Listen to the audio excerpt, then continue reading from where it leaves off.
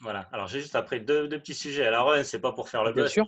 c'est pour que sur les rumeurs sur la vente. En fait, moi, j'ai envie de te faire parler Ah, parce que j'étais écouté et j'ai apprécié. Tu m'as même un peu retourné au début. Bon, je suis un peu comme tout le monde, hein, c'est que ce projet ma courte, bon, j'y crois de moins en moins. Et du coup, je voyais que la vente qui pouvait mmh, me redonner l'ambition. Donc, c'est vrai qu'il y a eu les petites rumeurs ouais. en Arabie Saoudite. Bon, mais j'ai cru. Et voilà. Bon, après, du coup, et quand un talk que tu en as parlé et que du coup tu étais beaucoup plus mesuré, j'ai réfléchi et du coup j'ai vu que bah oui, tu avais raison. Et après, tu en reparlé dans le Club des 5, à Thomas par le foot aussi. Et donc, ça, du coup, moi, dans Mais mes tu vois, discussions, je te l'ai parlé, c'est gentil de le je l'ai apprécié souligner. parce que c'est vrai que tu as une bonne analyse, quoi, un bon recul. Quoi. Est-ce que tu peux me parler Bah, c'est très gentil de le dire. Tu remarqueras que, ce fameux, re «Je vis pas pour ça, je travaille pas pour ça et voilà, j'ai pas besoin de ça», soyons clairs. Mais tu remarqueras, Hmm. la difficulté de ce poste, c'est que, personne te dira, «Ah ouais, bah, toi, tu étais mesuré sur la vente, tu as eu raison, bravo». On Jamais. encourage le buzz, on encourage les prises de risques, on encourage les positions tranchées, c'est le terme à la mode, mais pour pas dire les positions extrêmes.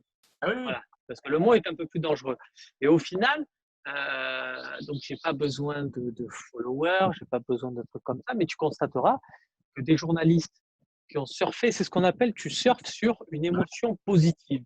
Tu dis ce que les gens ont envie Envie d'entendre. d'entendre. Tu auras Exactement. forcément plus de crédit. Le journaliste qui va dire un transfert ne se fait pas, et même regarde bien sur écoute bien ce que je vais te dire, regarde bien parce que c'est bien connu Approche-toi dans un le peu, mais métier. pour un peu de soleil. Il y a des journalistes, Ouais. il y a des journalistes spécialisés dans le mercato notamment, Hmm. qui ne font ce qu'on appelle que de l'info positive. C'est-à-dire qu'ils vont toujours annoncer quelque chose et là où ils vont avoir des exclus, là où ils vont faire du buzz, c'est sur les arrivées, c'est sur les joueurs stars qu'on a envie de. Ah ouais. Ça va être jamais dans le sens inverse. Pourquoi? Parce qu'à partir du moment où c'est positif, si ça se fait, tu bénéficieras d'un élan général Tout à là-dessus. fait. Si ça se fait pas, Oui. personne viendra te chercher à toi en te disant: «Ah, c'est toi qui as dit que». Alors que sur les côtés négatifs, on on comment ça s'appelle? On personnifie beaucoup plus l'information et ça devient beaucoup plus le messager que l'on retient plutôt que le message. Ah oui, non, mais Donc tout à du fait. coup, c'est de toute façon, il y a plein d'études de communication, aussi qui le montrent. Et ce qui se partage et donc ce qui fait, on va dire, le bad buzz, c'est la colère et l'indignation. C'est ça qui se partage sur les réseaux sociaux. Donc un journaliste qui se trouve, c'est une occasion rêvée. En plus, en entrant dans un contexte sociologique plus général, en rappelant les gilets jaunes, des choses comme ça. Donc c'est très compliqué. Je ne vais pas te dire que j'ai pris des risques inouïs, c'est pas vrai, pour cette histoire de vente. Moi, j'oublie jamais que mon point de vue, c'est ce que je dis à chaque fois aux Phocéens, la ligne directrice, c'est de se dire: «On est supporter de l'OM, on s'en cache pas, donc on est supporter, mais nous prenez pas pour des cons». Et Exactement. ça s'applique au club, mais ça s'applique au monde du football en général. Donc moi, quand je vois cette rumeur-là, je me dis: «Ton devoir, ton but là-dedans, c'est d'informer les gens sur, heu, ce qu'il en est, leur donner les tenants et les aboutissants». De manière à ce que ils disent: «OK, voilà, je sais ce que dit lui, je sais ce que dit lui. Après, libre à moi d'y croire ou pas, mais je connais les enjeux». Donc, pour moi, c'était important voilà, de souligner ce qu'on sait déjà, c'est-à-dire qu'à Marseille, il y a beaucoup de gens qui rêvent de la place de Jacques-Henri Hérault, qui trouvent que Jacques-Henri Hérault est un mauvais président. Je dis pas qu'ils ont tort de le penser, ça peut tout à fait, Mmh. s'entendre, attention. Et je suis personnellement pas convaincu que Jacques-Henri Hérault soit le plus grand président de l'Olympique de Marseille non plus, hein, attention. Mais ce que je veux dire, c'est que, et moi là-dessus, quand je vois la manière, que veulent, par les biais que sont prêts à utiliser certaines personnes pour arriver au pouvoir, beh, qui que ce soit, je préfère le mettre en place. Voilà. C'est pas une question de bon, après qui que ce soit, voilà, attention, quand on dit ça, Mmh. c'est pas un dictateur, non Parce plus, que hein, voilà. est-ce que je comprends ce que tu dis? Enfin, donc du coup, j'ai vu les émissions où tu en as parlé. Apparemment, c'est plus des agents qui vont chercher les investisseurs, c'est eux qui Bien font sûr. c'est pas moi, dans l'idéal, ce que je me Concrètement, donnais, toi et moi, on veut reprendre l'OM. oui, On va lancer cette rumeur des Émirats. mmh, On va voir tous les supporters qui vont te dire, mais j'ai envie de te dire, même le neveu de Jacques-Henri Hérault, si on lui dit, tu préfères quoi, l'OM géré par ton oncle ou l'OM géré par des Émiratis où tu as un budget, parce qu'on te dit Émirati avec budget illimité. limité, oui, voilà. C'est ça Et en que tu football retiens. manager, on a C'est 300 millions, quoi. c'est pas le fait culturel d'être racheté par un Ah non, club peu importe, numéro un. C'est pas peu importe, l'aspect culturel qui t'importe, c'est l'argent.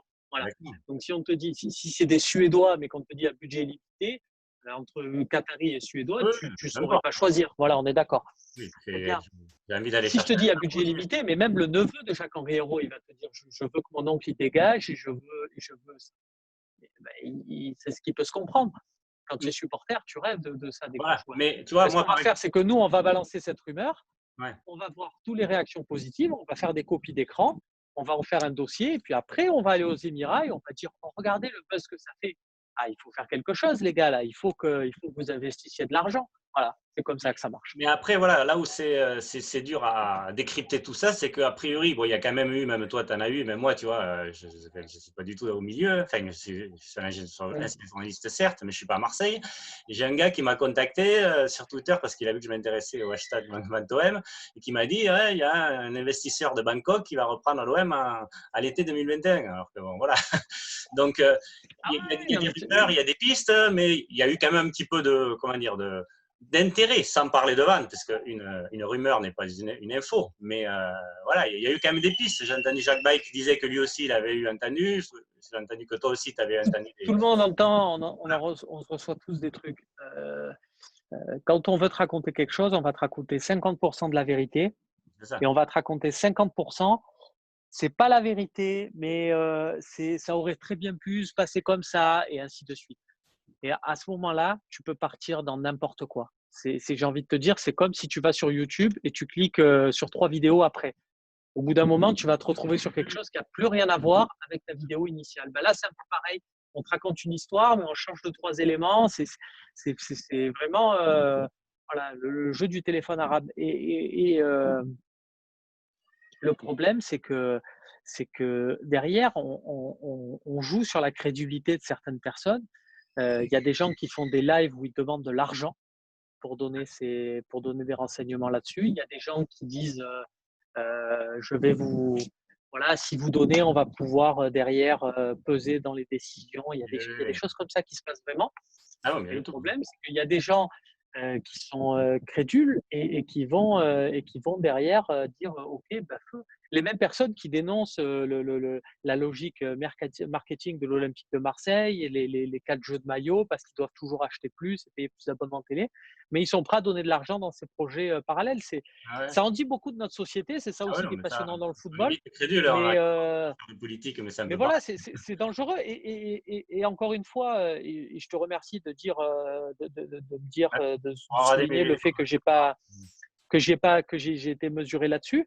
Mais je me sens pas plus intelligent que les autres parce que j'ai Après, si tu veux, absolument moi pas. Hein. je le comprends d'autant plus parce que j'étais dans ce milieu, hein, j'étais Mm. plus de 10 ans dans le métier du journalisme et moi j'ai une haute estime du journalisme. Donc c'est vrai que voilà, pour moi le journalisme doit être objectif. Mais ça paie pas.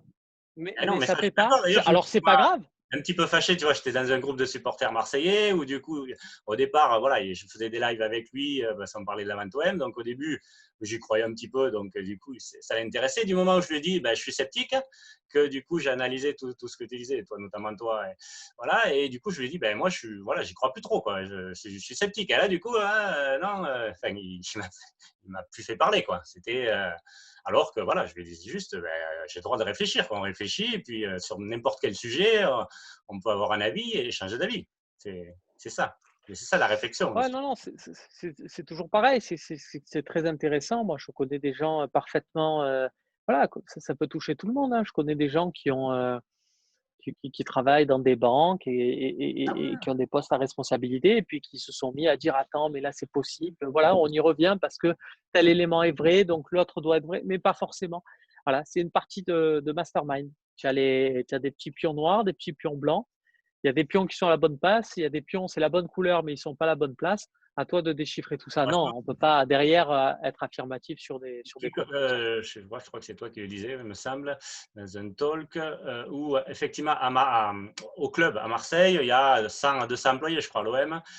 Et du coup, Mmh. si, par exemple, il y a Garicou qui viendrait faire un audit du club, ben, il y aurait forcément un petit peu des bruits qui circuleraient et où, les journalistes, vous, la Provence, Surtout, ouais, surtout à Marseille. Bah, il y en a qui vous le sauriez, quoi.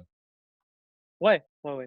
Ça Ah vous- bah, clairement, oui, tu à Marseille, il y a des gens à l'Olympique de Marseille, qui chaque mois, ils regardent, leur fiche de paie et en fait, ils regardent leur compte en banque, ils constatent qu'ils ont un virement important et ils se disent, «C'est génial».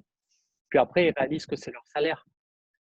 Ils ne méritent absolument pas cet argent, c'est ça que je veux dire et c'est des gens qui en sont conscients et c'est des gens, leur but, c'est de rester le plus longtemps possible à l'Olympique de Marseille. Donc ils sont prêts à user de tous les moyens pour rester. Mais ça, c'est pas propre au football, c'est pas propre à Marseille, c'est dans n'importe quelle entreprise. Il y a une culture de la survie, La société. voilà, qui s'installe chez ceux qui savent qu'ils ne sont pas là pour leurs compétences, mais qui sont là pour leurs relations.